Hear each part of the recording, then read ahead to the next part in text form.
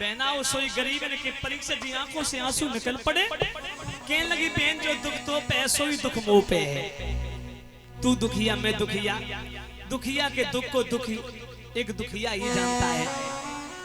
परीक्षित जी बोली मेरे पिया भी भीख मांग के लाए और उन्हें चावल मिले थे, थोड़े चावल, वो चावल बना करके मैंने अपने बच्चों को खिला दिए। अगर तू बहन थोड़ी देर पहले आ जाती तो उसी में तो मुट्ठी दो मुट्ठी चावल ले जाती, लेकिन अब तो कुछ नहीं है। भूसी पड़ी है। जो माताओं बहनें हमारी सूप से चावल साफ करते हुए फटकती है ना, कचरा निकालती हैं, वही भूसी पड़ी थी। कान लगी देख ले बहना निकले यहाँ मुट्ठी दो मुट्ठी। तो परीक्षित जी ध्यान रखना मेरी माताओं, सुशीला उसी टूटे हुए जो कचरा पड़ा हुआ था जिसमें टूटे हुए थोड़े चावल चले जाते, माताएं जब फटकती है ना सूप से, उसी भूसी को साफ करने लगी। तो सारी भूसी को साफ किया परीक्षित जी, एक एक दाना बीन करके 3 मुट्ठी चावल निकले टूटे हुए तंदुल। अफसर यादव नंगला टांग से आए 101 मुद्राओं से सम्मानित किया। भगवान सुख शांति प्रदान करते रहे। परीक्षित महाराज सुशीला ने वो फटी सी साड़ी के पल्लू में बांध लिए और माताओं आज अपनी बहन के पैर पकड़ के बोली दीदी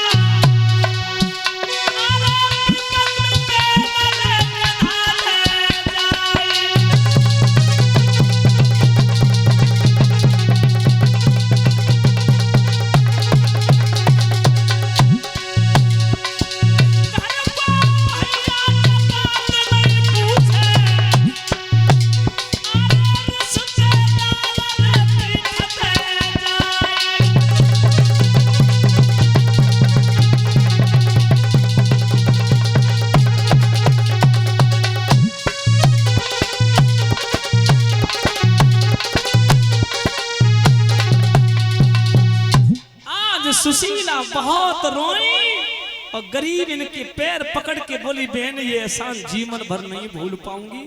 परीक्षित जी आकर के सुदामा जी को दे दिए वो टूटे से 3 मुट्ठी चावल। सुदामा झुझलाए के बोले का पागल है गई, इतनो बड़ो राजा द्वारकाधीश कन्हैया जो 56 प्रकार के व्यंजनों को ग्रहण करता है, और का तेरे टूटे हुए चावल चावे को, अरे काय को ना जाने है रही, तू काय को बावरी है रही, काय खाम खाम में हमें परेशान कर रही, तू मुझे मत भेज। सुशीला बोली भगवान तो भाव के भूखे हैं, भाव से मेरे प्रभु को एक फूल भेंट करोगे भगवान स्वीकार करते हैं कि भाव बिना बाजार में मिले न वस्तु मूल, भाव बिना रीझत नहीं सुनत वर नंद किशोर। चले जाओ प्रभु से मेरा नमस्ते बोल देना। और कछु मांग के मतइयो पिया, अपनी गलती की क्षमा मांग के आना। सुदामा कहने लगे तू नहीं मान रही तो सुन, जा तो राहु में, यदि मेरा अपमान हुआ तो लौट करके मुख नहीं दिखाऊंगा। परीक्षित जी सुदामा को सुशीला ने भेजा है। सुदामा चलते जा रहे हैं माताओं। परीक्षित जी एक नदी मिली, नदी जिसमें मल्ला नाव चला रहे थे। ध्यान रखना मेरे पिता तुल बुजुर्गों, मल्लाहों ने सुदामा को नाव में बैठाल करके पार नहीं किया। कहते तेरे पास में टका है, सुदामा बोलते भैया मेरे पास कुछ नहीं। जो सुदामा बोलते मेरे पास कुछ नहीं, सोई धक्का मार के निकाल देता है। बोले तेरे जैसे तो रोज आएंगे, मैं फ्री में उतारता रहूंगा तो कैसे होगा मेरे परिवार का भरण पोषण, कैसे चलेगी मेरी जीविका। उतर नीचे। परीक्षित जी सुदामा को मल्लाहों ने अपमानित करके धक्का मार के निकाल दिया।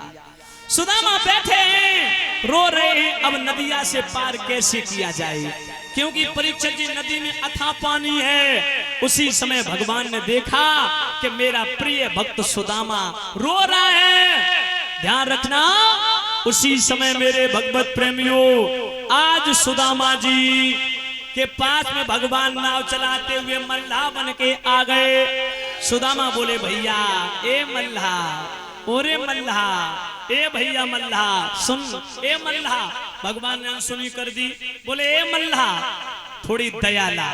3-4 बार भगवान ने जब सुदामा ने भगवान को पुकारा तब भगवान ने अनसुनी करते हुए कहा बोले ए मल्लाह थोड़ी दया कर रे, मुझे पार कर दे। भगवान मुस्कुरा गए।